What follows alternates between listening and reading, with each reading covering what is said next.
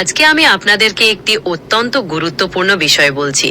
প্রথমত, হযরত মুহাম্মদ সাল্লাল্লাহু আলাইহি ওয়াসাল্লামের পবিত্র চুল, যা ছিল তরঙ্গায়িত এবং মাঝারি দৈর্ঘ্যের। দ্বিতীয়ত, উনার জুতো বা স্যান্ডেল, যা ছিল অত্যন্ত মজবুত ও সাধারণ। তৃতীয়ত, উনার পোশাক আশাক, যেখানে প্রাধান্য পেত কামিজ, জুব্বা এবং পাগড়ি, যা সবসময় পরিচ্ছন্ন ও শালীন থাকত। আপনারা কি এ বিষয়ে আরো কিছু জানতে চান? আপনারা শুনুন, আজকে আমরা আলোচনা করছি মানবতার শ্রেষ্ঠ মহামানব হযরত মুহাম্মদ সাল্লাল্লাহু আলাইহি ওয়াসাল্লামের পবিত্র শারীরিক সৌন্দর্য এবং ওনার ব্যবহারের বিশেষ কিছু জিনিসের বিবরণ।